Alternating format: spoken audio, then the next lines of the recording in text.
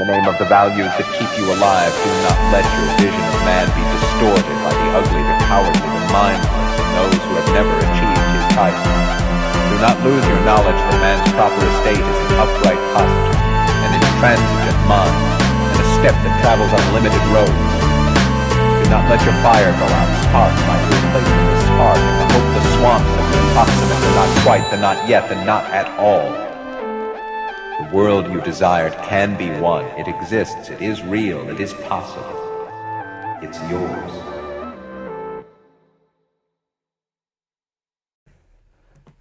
Hey guys, welcome back to the Crypto Economy Podcast. I'm your host, Mark Calabian, and today I'm here with Mance Rayder. So Mance, thanks so much for being here. Oh, no problem, Mark. How are you doing today? I can't complain. Just got back from my cousin's birthday party. She turned 4 today, so... Oh, jeez. Yeah, it's been a good start to the day, so I'm in a good mood. Mance is here to talk a little bit about, I guess, philosophy, politics. I know he just added crypto to his website for purchases, so it's interesting to see people starting to adapt some of this stuff in real life. So I wanted to ask Mance a little bit about why he chose to do that, how he's been getting involved in crypto, and I know Mance has had a lot of interesting guests on his podcast. He runs the Free Man Beyond the Wall podcast, and he's written a bunch of interesting books about, I guess, would you say it's mostly libertarian philosophy, or how would you describe some of your work? One is pure, I don't even call it libertarianism, I would call it voluntarism, if people know what that is. It's just basically the philosophy that all interaction should be voluntary, no interaction should be forced. And my other book is definitely about libertarianism, but I take on, it's called The Kids Are Not All Right, and it takes on the campus culture that we've seen that's really become prevalent, I would say, in the last 5 or 6 years, and it's a real warning. It also is designed towards late teens and college age to, I wrote it as sort of an inoculation before they go off to, if they're going off to college, especially a liberal college, which is most of them. Yeah, to warn, basically to warn them of what they're going to hear, because I'm pretty sure most people are aware at this point that a lot of professors are spouting and promoting socialism, communism as a viable option, even though it has failed so utterly and miserably and caused tremendous loss of life in the 20th century. Yeah, no, I certainly have to agree with you there, because I just graduated from UT in Austin, so I went from California to Texas, and I thought at least going to Texas I was going to end up with some more conservative politics, and I walked into the Young Republicans Club, and it was 15 people at a school of 60,000, and you go into the University Democrats, and these guys have 200, 300, 400 kids there every time, and it was a very hostile environment towards anyone who had a difference of opinion. We had protests on campus about all sorts of things, because while we were there we had the concealed carry bill passed so that kids could conceal carry on campus. So they had a lot of the protesters and a lot of the professors coming out leading the protests. In every one of their windows they had a bunch of political signs out saying, no one is allowed in my class if they're concealed carrying. So if they're following this law, they're not allowed in my class. And I certainly noticed a lot of that. So how did you start to notice that happening? Was there some experience you had with someone you knew, or was it being on campuses? No, it was just paying attention. The University of, I believe it was the University of Wisconsin a couple years ago, where professor, there was a female professor out there, and she's been, in the meme world, she's become famous for just this maniacal attitude they have about anybody who would dare to speak an opinion different than theirs. And then you see stuff like what happened in Evergreen last year with Professor Weinstein. That's when I found out that there was a day where black people wouldn't show up to sort of symbolize what the world would be like if they, what the country, what the culture would be like if they weren't there. I thought that was a little odd, but okay. If it's a tradition, it's a tradition. There's some weird tradition. College Yeah. campuses are rife with weird traditions. Just go into any, fraternity house. But when I heard that they had decided that they were going to turn that around and forbid white people from being on campus, I just said these people have absolutely lost their minds. They don't believe that they're racist, although that's some of the most racist shit I've ever seen in my life. Yeah. And I actually, before I wrote my first book, I wrote two books within the span of 6 months. And before I wrote my first book, I actually had the book about college campuses written in my head. I just wanted to write the first book because the first book takes on government and the people in society who give government its power through their belief in its authority and things, and beliefs like that. The philosophy of authoritarianism, as I like to call it. So I wanted to write that book, and then I came out with this book, and I was fairly lucky. The first book was endorsed by Scott Horton, who I think is the Yeah. the premier foreign policy expert in libertarian circles, I and certainly agree with you there. and maybe the top foreign policy guy in the country. I would say that I think that's right. And I sent it to him. We became friends, and he wrote a forward slash what they used to call an announcement, which would be on someone's first book, it would be a short little blurb on the inside, calling attention to who the person is and what they've written. And then with the second book, when I finished the first chapter, I sent it to Dave Smith and I asked him to read it, and he read it. And then when I finished it, I sent him the whole book, and I asked him, I said, would you want to write a foreword for this? And he wrote a foreword for it, and that was great, And then as soon as the book was released, like not 5 days after the book was released, I was on his podcast, Part of the Problem, talking about the book. And it's everyone who's read it says it's a page turner.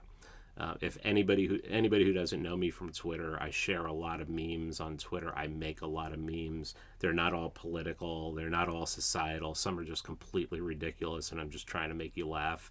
Because if you don't laugh, you're gonna cry. With most of the stuff that I post, and I actually use memes in the book as a jumping off point. I'll take the idea of a meme. I'll present a meme. I'll give you a chance to figure out what it means to you, because a lot of people read different things into memes, and then I just jump off on a commentary. And in the first book, it was mostly stuff out of my head. I mean, I didn't really. I didn't have to look on the internet for much for facts, because I was really just talking about philosophy and the philosophy of desiring freedom and wanting to be free from tyrannical authoritarian oppression.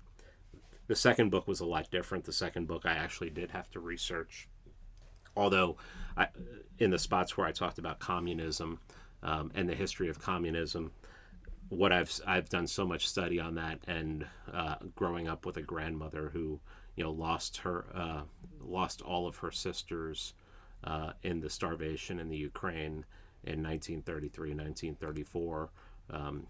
I had plenty of source material to work from, plenty of word of mouth material to work from. Yeah, I think I've definitely noticed that as far as people who push really far back against this stuff, they seem to have some sort of anchor to something in the past. So, for example, my family, they were refugees from Lebanon during the Civil War, so they have really strong opinions about gun rights, for example, because they were, in Lebanon when if you didn't have an AK in your trunk, you might be getting shot by the cops the next time you try and cross some checkpoint, or there are a lot of people who, I guess, they've seen the atrocities that can happen as a result of some of these things, but so many people here, I guess, are growing up in such relative ease with really nothing to anchor them to the past so that they can take a look back and see how these things might affect them going forward. I mean, is that something you think is contributing to a lot of these college kids, a lot of people who were my peers, so quickly adapting to some of these viewpoints? Do you think it's just because they don't know any better? Do you think it's just to fit in with the rest of their peers? How much of it do you think is really based on a belief system versus just trying to fit in or ignorance? I think when I grew up, there was a good part of time that my mother didn't work. So when I left, my mom was there when I left for school. My mom was there when I got home.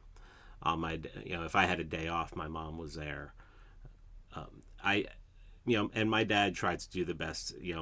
We could do 20 episodes on my relationship with my dad, but he did the best that he could.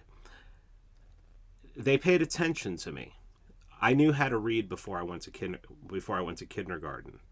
My mom thought it was very important that I know how to read. And she told me when I was 4 years old, I was sitting there reading the sports page of the newspaper. I don't remember that, but I do remember there's never been a time that I couldn't read. And they pushed education, but they also tried to teach me values. And most of them, I guess, the social values would be considered mostly conservative, but with with a lot of liberalism thrown in there.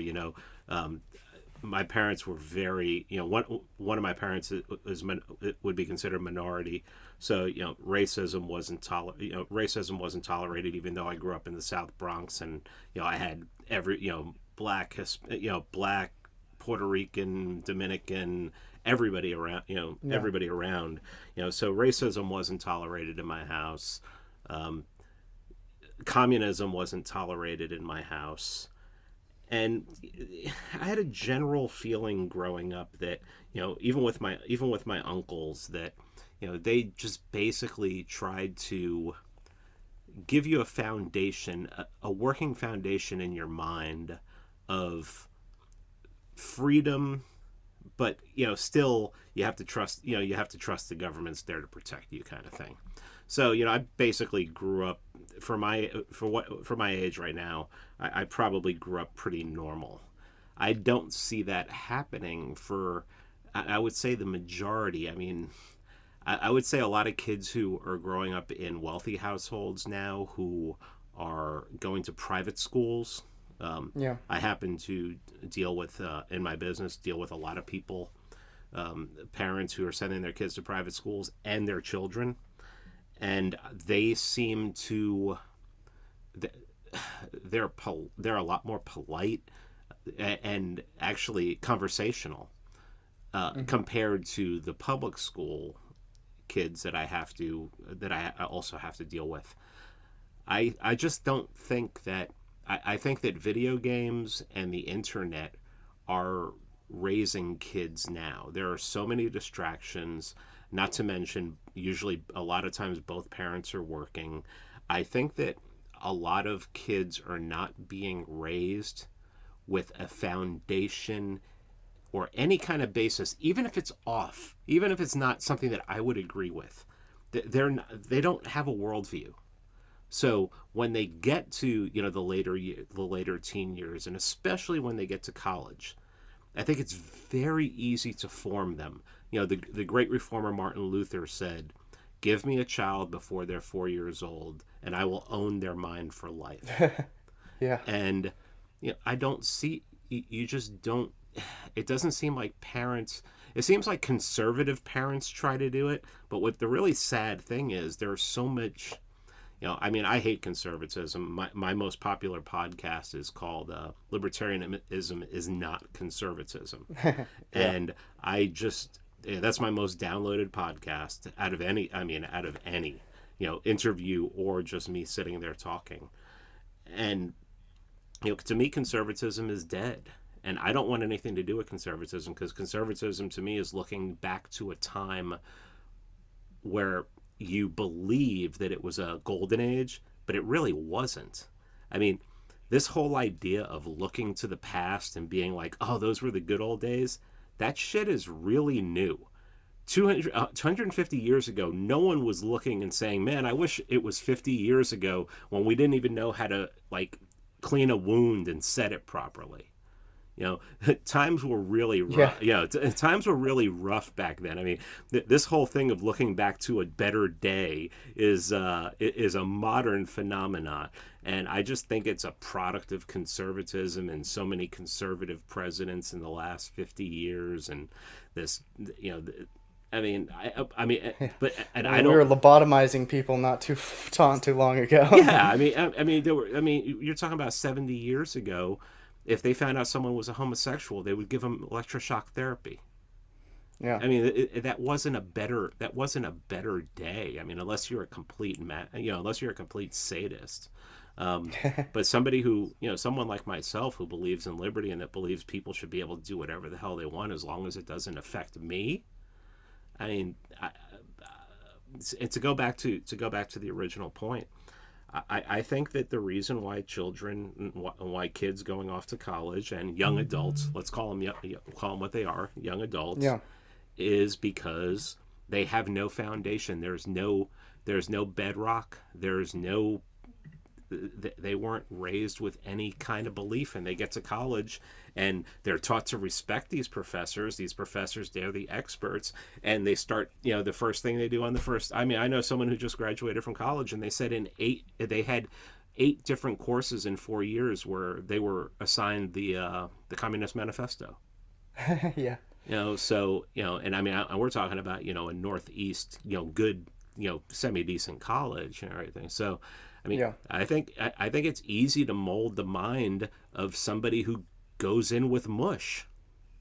Yeah, no, I think that's certainly true. I mean, my girlfriend goes to Colombia and she has, protests there every other day. They've got, it's strange too how they shift, between, Palestine, and you have all these issues that are seemingly unrelated that are attended by the exact same people. And so it becomes, to me at least, almost more like a social outing. A lot of these kids end up just looking for friend groups, and it can be a very easy way just to find people who are willing to hang out with you at the very least. And with conservatism, I think, and with libertarianism, because I think while they are very different, I think on campus they're very much the same because kids really don't have a choice of where to go.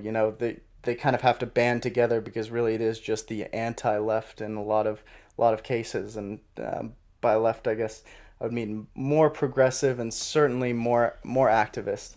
At UT, for example, we had an incident just a couple days ago, or not a couple days, a couple months ago, where they graffitied a hammer and sickle on the UT fountain because there's this group. They call themselves, I think it's the Red Legion, and it's this strange combination of Antifa and communism, and they're arguing for all these things, but they don't really seem to even understand how they all how they all essentially contradict each other in many respects. It's more just the anti-racist movement, the anti anything that I guess is seen as cultural hegemony, and it's, I guess, very unnerving, especially for kids who are going in who don't really have a dog in the fight, because it's much easier just to go with the flow than to push back against the current, because the current will really wreck someone. And this happened very recently at UT, where there's this professor who,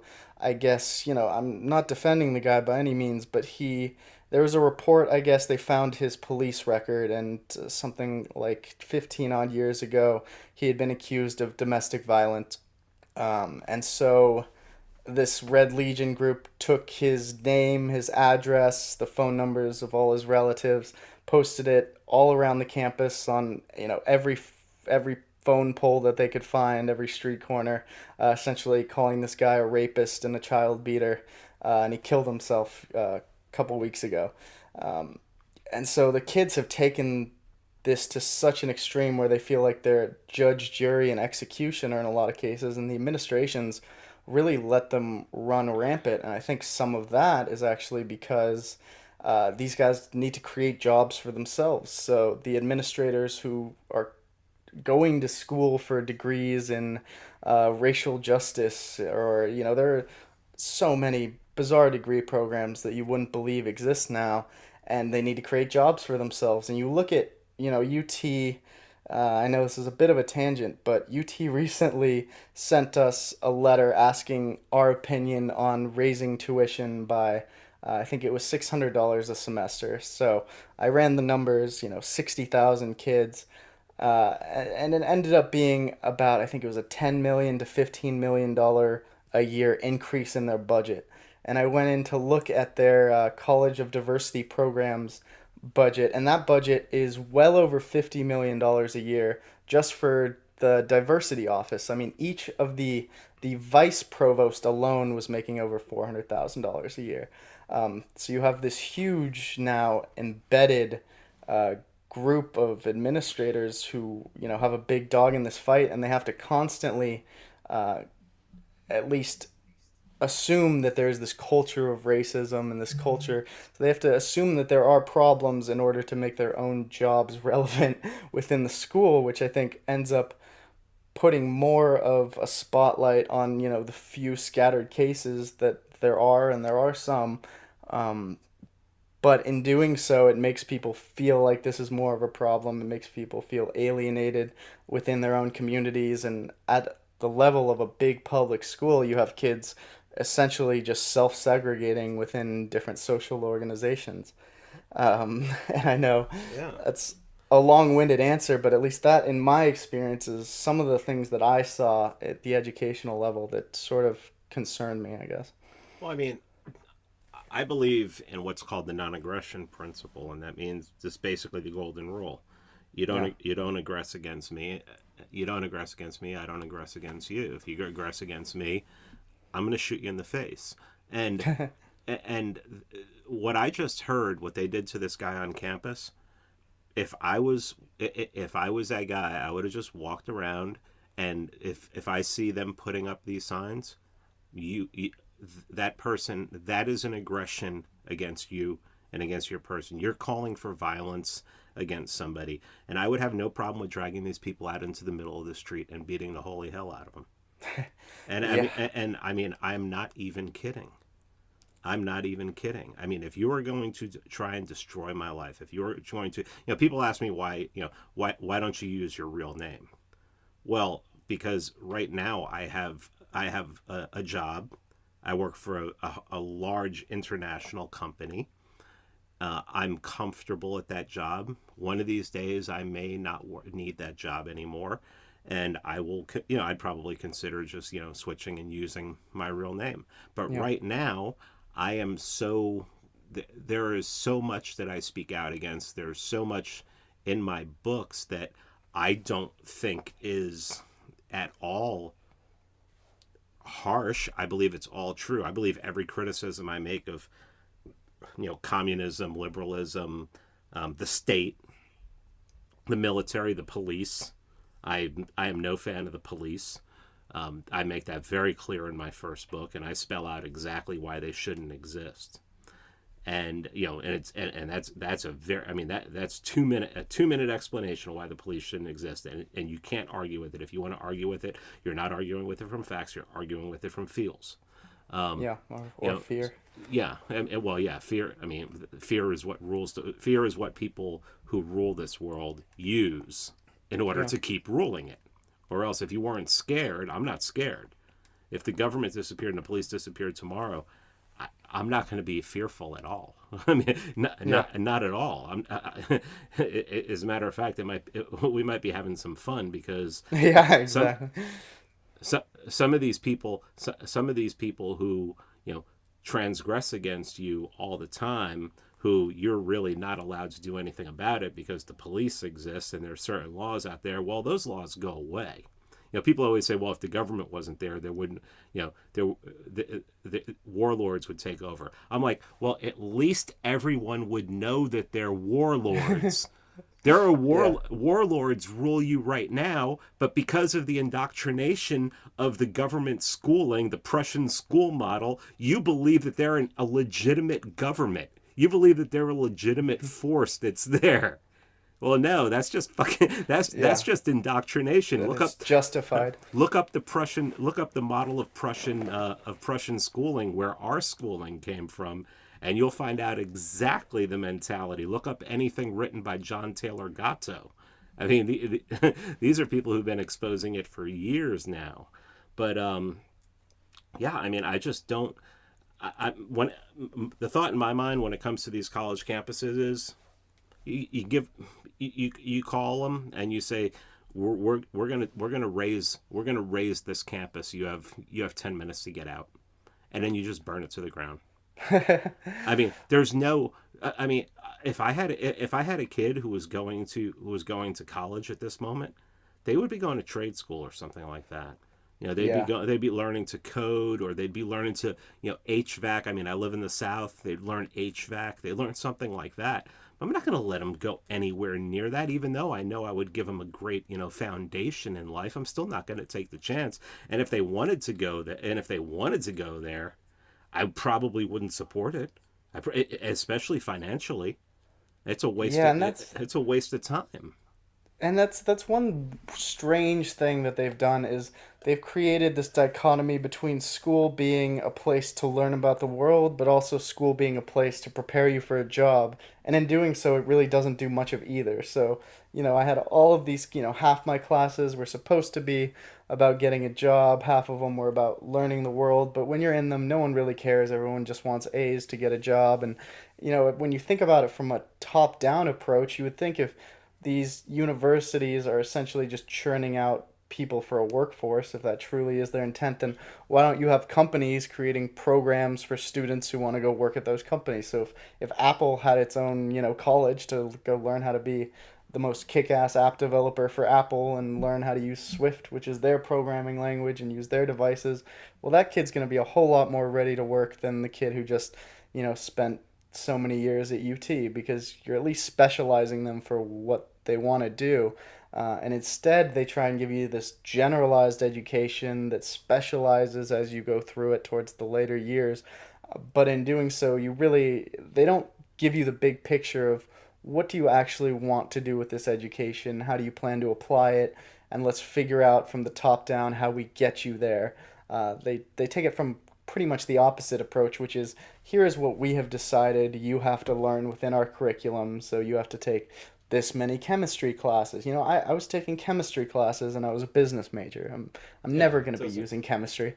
it doesn't make sense. It's Exactly, yeah. I mean that's why trade school is awesome. You learn what you need to know, and then you go, and then in some cases you apprentice.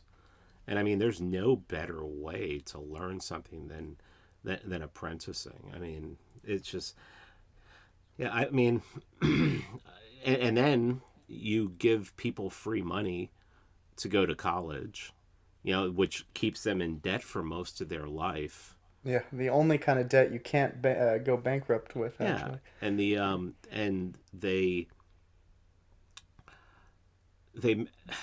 and when you have free money, well, what happens? I mean, when I originally went to college, I went to community college, and if you were a resident of the county, it was real cheap. I mean, it was like $20 a credit. I mean, Yeah. this is back in the way back time, and nowadays, because of the free money, everybody asks, how come college, the cost of college has gone up so much? Well, if I owned a business and they were giving you free money to use Yeah. my business, I'd raise prices too. And it's also unlimited credit, so you're giving these kids a credit card with as much as they need, and they're willing to do it because they're told that's the only choice they have. So, they're not thinking about what $200,000 means in 4 years. They're thinking about, I need to go to college because all my friends are going to college. Yeah. So I mean, I wrote my book, "The Kids Are Not All Right," um, for teenagers and for kids going to college. But most of the people who've commented on it are adults. People who've bought it, who are just they want to learn more about exactly what's going on. You hear something on social media, you hear something on the news, and you're not really getting, yeah, you're getting somebody else's take on it. But my take on it is, as somebody who desires freedom, who desires liberty, it's one of the reasons why, cryptocurrency is why I became attracted to cryptocurrency, because at first, of course, like everybody else, it was like, holy crap, this price, look at the price of this stuff going up and everything. This is a great way to make some money. But very quickly after that, and I'll throw a name out here that I'm sure half of your listeners will love and half of your listeners will hate, but Yeah. Vin Armani really helped me with this, to realize that this isn't about store of value. This isn't about, oh, I'm going to take some fiat and put it here, because then it'll go up and then I'll pull that fiat out. No, Yeah. this is about crashing that system. This is about getting rid of that system. And that's what I think, that it's a lot to do with the BTC, the whole BTC BCH wars, because a lot of the Yeah. people on the BCH side want to crash the system, are the loudest people are voluntarists, are anarcho-capitalists. And then I see these BTC guys who are talking about, we need the government to come in here and regulate, because the miners can't be private. Well, this whole thing was started, was supposed to be about, fuck the government. Yeah. We do this on our, we're going to start this thing so we can do this anonymously, so we can do this peacefully. I mean, that's what the Silk Road was about. The Silk Road was about Yeah. doing things peacefully, so you didn't have to go to the local drug dealer. You could have some weed mailed to your house. Yeah, I mean that's how I think a lot of the crypto guys got started, was the dark net, which I think is why a lot of it was so sketchy for so long, but also why you had a lot of these free marketeers who were already using the dark net. Yeah, I mean, if Satoshi's white paper is, one of the most libertarian things ever written. The notes inside the Genesis block. I mean, Vin told me to read all this stuff. And after I read it, I was like, fuck, this is not. I'm not supposed to be putting money into. I'm not supposed to be taking my fiat and putting it into this, hoping that it goes up, so then I can sell it for fiat. Then he's like, he told me, he said, sell your books for crypto. He said, Yeah. don't buy crypto, earn crypto. So I set up my website, freemanbeyondthewall.com /store. And both of my books are up there, and there's 8 different cryptos. Shit, I even put the bank coin up there, XRP, if you have some of those you want to get Yeah. you want to get rid Get of. rid of. Yeah. You'll even take those. Yeah, I'll even take those, but yeah, there are certain places that, you can get gift cards and stuff for that, so so I can use that and try and live on that while while the fiat's getting put aside that I make. And so yeah, I never yeah, bringing this back, bringing this over to crypto and everything, it just, Yeah. as a voluntarist, as a libertarian, as an anarchist, I just now I see crypto through completely different eyes. I mean, and unfortunately, it looks like I see it through eyes that a lot of people who've been into crypto for much longer than I have don't see it. I see it And as you a know, way. I think, yeah, no, sorry to cut you off there, but I was just gonna say, one thing I really think is interesting is you have two real camps in crypto. You have the financiers and you have sort of the more technocratic, the people who have been in Silicon Valley forever, but also the people who maybe aren't in Silicon Valley but really love, building miners or developing software. But they come at it from very different angles. So you have the people who really care about the core of the technology, and then you have people who care about harnessing that technology to create better financial instruments.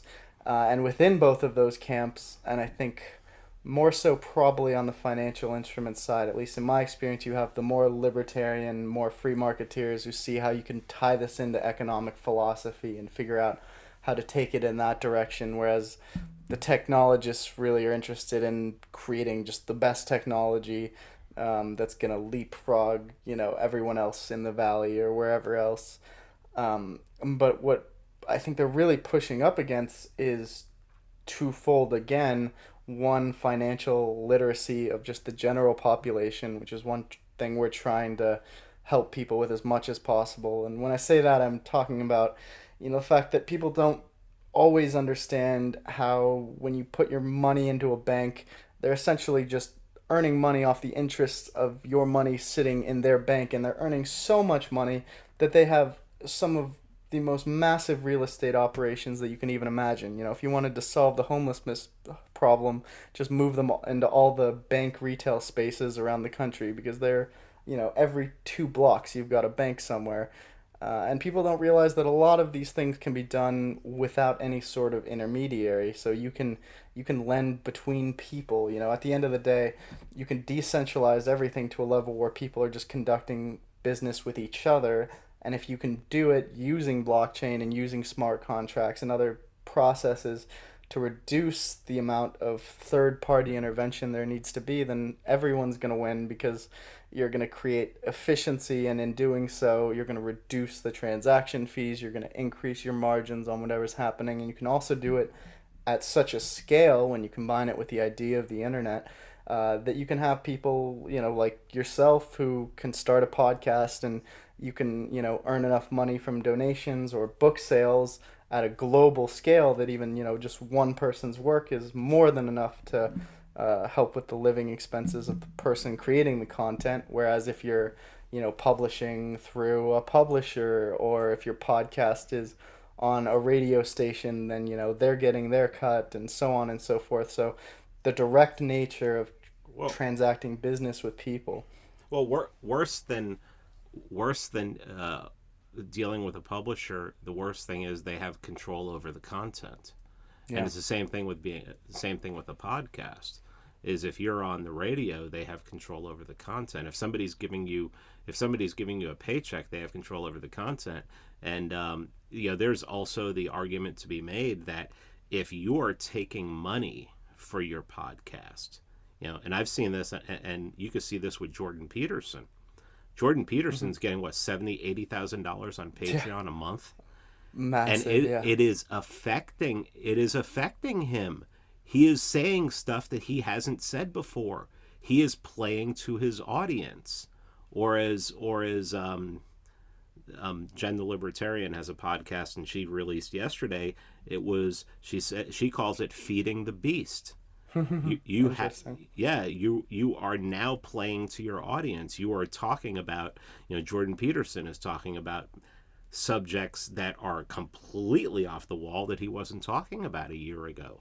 And you have people who, you know, playing to your audience is, you know, my podcast is all about who I want to talk to. I released a podcast yesterday where I talked to an ultra liberal progressive professor from Brooklyn College. Alex Vitale. He wrote a book called The End of Policing, and basically what he does in the book is he talks about how bad and how militarized policing has gotten over the last 40 and 50 years, and he goes back and discusses the history of policing and how it formed in the United States and what it formed for. What were its original intents? What was the original job function? And you know, I had one person on Facebook, you know, how can you talk to this guy?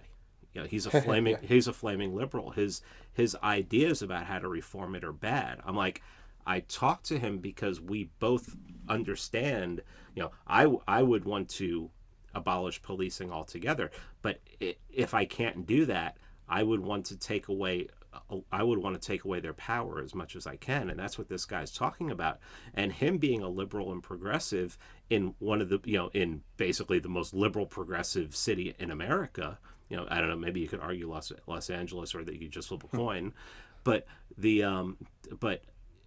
know, I'm willing to ally myself with people who have the same goal as myself. You know, we're talking about college campuses. And 40 and 50 years ago, the anti-war movement was on college campuses. I mean, they were just marching. They were talking free speech too. Yeah, free speech, all this stuff. And now what is it? I mean, you have a perfect time to have an anti-war message on college right now, on college campuses right now, considering the United States government is bombing 14 countries right now. But what are they're more worried about microaggressions and misgendering. I mean, that's ridiculous. I mean, they're bombing. Obama, the savior, bombed and killed brown people every day for 8 years. Yeah. And so I guess that being said, real quickly, just to tie this, because something I did want to talk about too was the news. So how much of that is just, do you think people, it's just that it's not getting in front of them. So back in during the Iraq War, we had at the very least reporters on the ground, and we were seeing a good amount of what was happening. So it was far more personal, but now the news really doesn't pay attention. Most of what they're reporting on is what is on Twitter, what people are tweeting out on Twitter, and they won't even touch, whatever their advertisers don't want them to. So the advertisers, if Media Matters decides to pull or threaten to pull funding from anyone's show, essentially the segment gets canceled. That you saw that with someone like Hannity when he started talking about Seth Rich. And so I'm wondering, how much of it do you think is, one, the news media, and two, the problem with advertisers? Because an interesting company we talked to on our last podcast, they're creating a blockchain application where it's essentially a snippet of code so that you can rent out a user's excess memory capacity. I guess I'm not sure if it's RAM but anyway, and they're estimating that they can get about 50 cents per 64 gigabytes that they rent out instead of, to Dropbox or Google Drive. And that, essentially the more people that are engaging and the longer on the website, the longer they can keep these files there, and they might be able to eventually match the ad revenue. So I guess I'm wondering, how much of it do you think is the fault of advertisers and news media as far as getting these things in front of people, and how would you think that could be fixed? Well, I mean, I think it's ideological. Look at what the media has become since Trump took office, and it's been like this for a while, but especially since Trump took office. Print media is dead. Yeah. It's all but dead, except in big cities, New York and places like that. So it's all about clicks. It's all about clicks. How many clicks can I get? I mean, you look at, there are New York Times headlines that are just pure clickbait. Where it'll say one thing, it'll present a fact in the headline, and then you get 3/4 of the way down, and it says, well, this really is unconfirmed. And for 8 years, they didn't report on what was going on in Yemen. They didn't report what was going on in Syria. In Syria, well, we heard something about Syria, but of course, it was no one really knows what's going on, though. No one got the real message. Yeah, I mean, and they didn't want to say anything bad about. They didn't want to say anything too bad about Obama, but the Obama files over 8 years. They didn't want to hear. Even today they say he didn't have a scandal, and I'm like, he bombed 7 different countries every day for 8 years. He sold weapons to Mexican cartels. He imprisoned whistleblowers. Dinesh D'Souza. I mean, look at targeting on that guy. Benghazi. I mean, the guy was as horrible as anyone else and deserves to be in jail just like all of them. And but it was you can't say anything bad about the first black president or you're a racist. And then if you vote for the one who's not, if you vote for the candidate who's not a woman, well, now you're a white supremacist. I mean, it's just can't win. It's just, I mean, literally, it's like everything that Twitter has been about for the last 8 years. It has taken over the news cycle.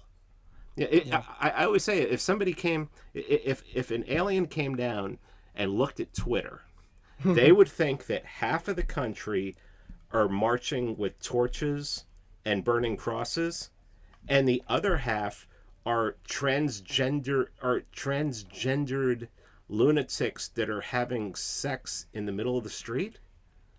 I mean, that's what social media basically is now. It's just this clusterfuck of everybody everybody going into one far corner or another far corner, and I'm over here straddling the middle and going, hey, how about freedom? How about liberty?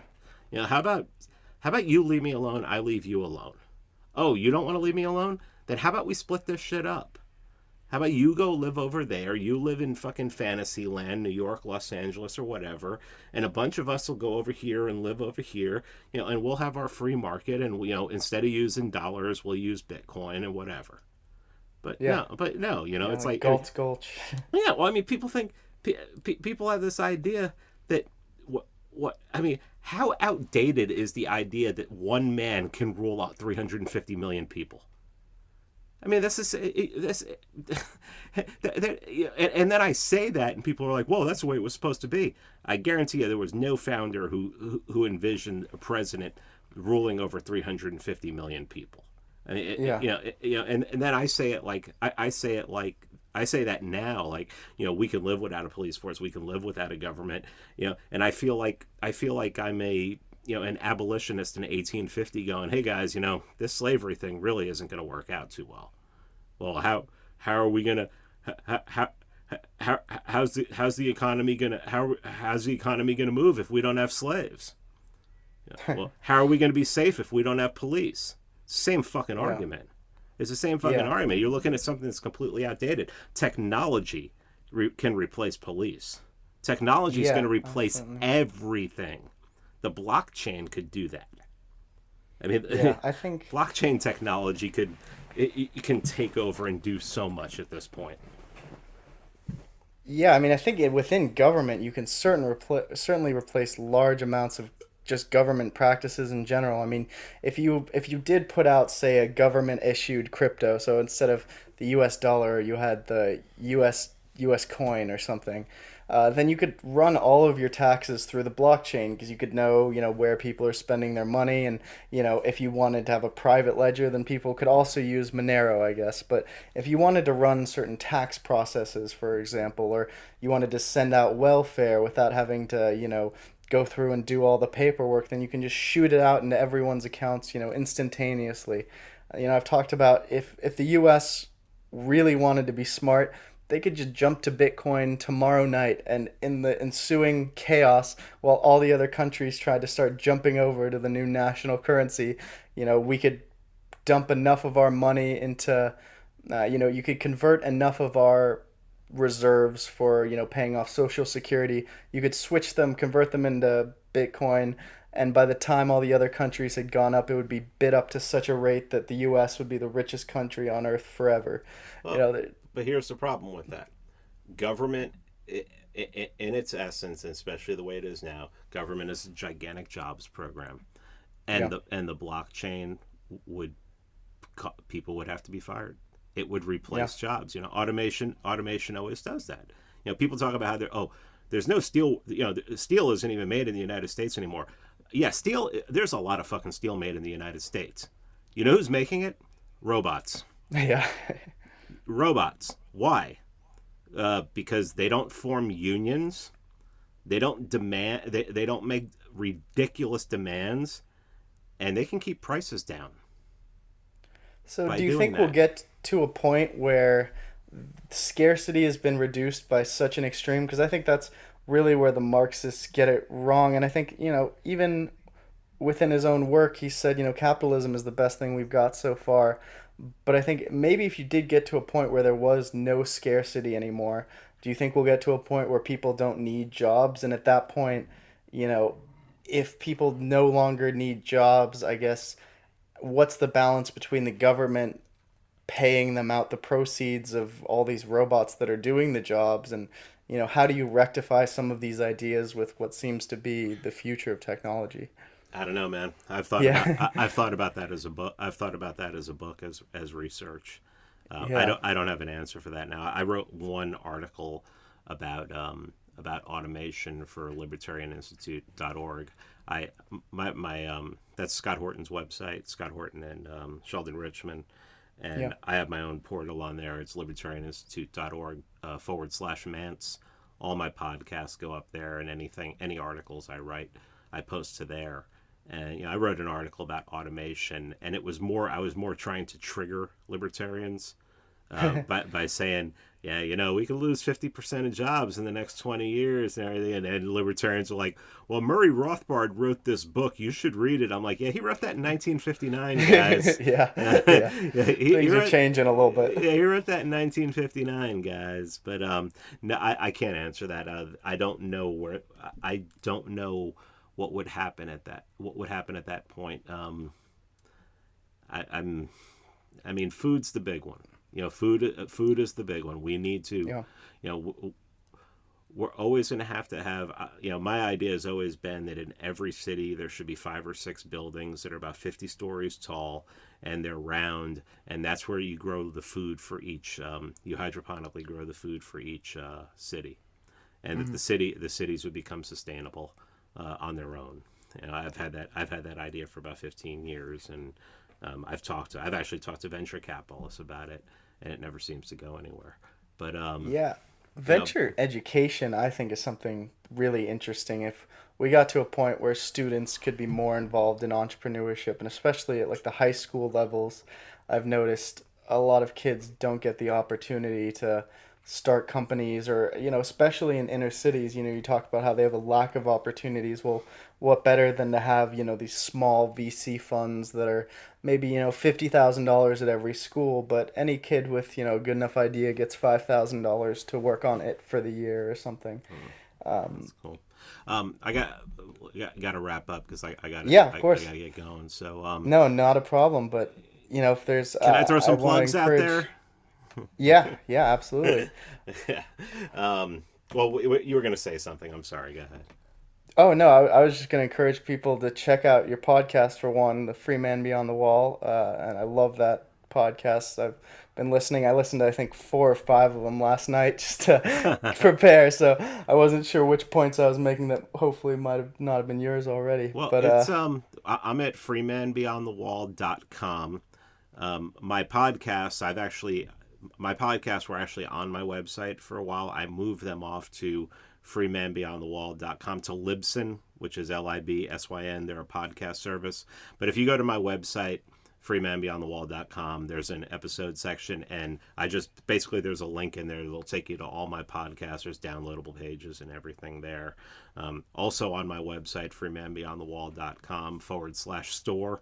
That's where both of my books are available for cryptocurrency. Very easy checkout process. I've had it up for about a week and a half now. I've had a bunch of orders. No one's reported any problems, any issues whatsoever. If anybody's outside the country, I'm not supporting shipping outside of the country right now through the website. But if you contact me through the website, there's a contact page. It'll go to my email. I'll get it. I had a guy in Western Australia today. He contacted me, told me that he was interested in the books, and I gave him the shipping outside of the country is absolutely ridiculous. It's like $25 to ship, global priority now. Yeah, but it's crazy. I gave him a little reduced price, and he sent me Bitcoin Cash through Cointext through Vin Armani's app, which is an SMS app, and so I'm shipping that out to him tomorrow. So yeah, check that out. My books are on Amazon as well. Just search Mance Rayder, you'll see them. And yeah, but really check out the website. Check me out on Twitter. I post a lot. You will. If you've listened to great Twitter, it's really entertaining. I love it. If you've listened to this whole thing, you could probably tell that I can get out of hand a little bit. So check it out. If you're looking for good memes, yeah. If you're looking for good memes and you're looking for somebody who can fly off the handle real easy, yeah, my Twitter is the place to go. But other than that, check out the podcast. I mean, check out. I have an interview scheduled this Wednesday with Maggie McNeil, who just wrote an article for Reason on how to solicit an escort. She's been an escort. She's been a sex worker for years, and I'm gonna talk to her about that article, and then I'm gonna talk to her about what it's been like to be an escort, for the years that she's been doing it. And to me, there's nothing more libertarian, agorist, or anarcho-capitalist than somebody being able to own their own body and do whatever the hell they want with it. So Yeah. I support that, and I think it's going to be a great interview. I've heard her interviewed before. Thaddeus Russell's interviewed her, and she's Oh, I actually listened to that one. That yeah, was a great episode. She yeah, had super interesting stuff to say about it. Though she grew up in New York during the sort of the 60s and 70s. Is that yeah, right? yeah. So I'll have her on, and I'll release that next weekend. And this week, on Wednesday, I'll be releasing one with someone who just wrote a book called I forget what it's called, but it's God, what is it? Stay away from the libertarians. Guy named Remzo Martinez, and it's a hilarious take on libertarianism. But he makes the good arguments, but he does it in a really funny way, and that's gonna be a good one. So yeah, just check out the podcast, check out my books, and I really appreciate you having me on today. Yeah, absolutely. So thanks for tuning in, guys, and we'll be having a podcast on cybersecurity with Cosmo the God on Monday and quantum resistant ledgers on Wednesday. So stay tuned, and thanks for coming out, Mance. Oh, no problem, man. Thank you for having me. No problem. All right, bye, guys.